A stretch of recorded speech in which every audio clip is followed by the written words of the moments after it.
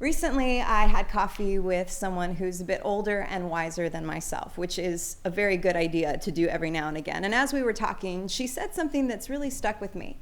She said, Nicole, at the end of your life, you're not going to think about your to-do list and about your accomplishments. You're not going to be worrying about how you spent your time accomplishing certain things or arriving at certain goals. But what you are going to be thinking about is people.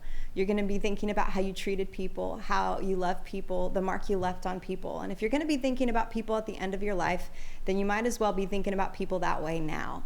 And that really stuck with me. Like, I remember thinking, she said it with such authenticity and so much authority, and it made me kind of take a look at how I spend my time and what I value and what I pursue. And really, people matter.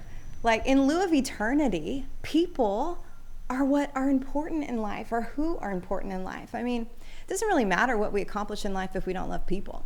It doesn't matter how many people know our name. It doesn't matter how big our paycheck is. It doesn't matter how many homes we own or cars we have or how much applause we get if we don't treat people well, if we don't see needs and meet them. What I love about Nehemiah is that he allowed people and people's pain to affect him, so much so that he left what was comfortable. He left the life of a palace to actually bring help and hope to people in need. And I believe that's what God has called each of us to do, to let people's pain mess with us, to see a need and to meet it, to do what seems uncomfortable, what's inconvenient, what's going to require our time, our effort, our energy, even our sacrifice in order to help somebody else. That's what God has called us to do. I want you to think about the end of your life. I know that sounds a little big to think about right now, but think about it. What are you going to care about? What's going to matter to you? It's probably going to be people.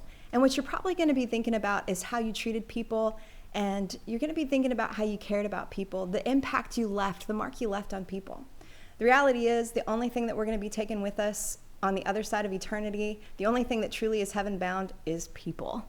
It's not going to be the car. It's not going to be the house. It's not going to be the paycheck. It's certainly not going to be the promotion. It's not going to be the amount of social media followers we have.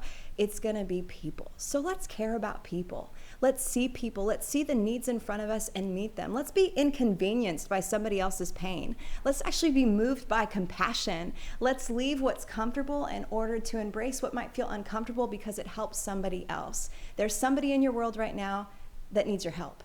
I pray that you'd have eyes to see, that you'd have the kind of daring faith to be moved by compassion. As you read today, ask God to show you who in your world you can help, what it looks like to serve those around you, what it looks like to be inconvenienced so that somebody else can get a helping hand.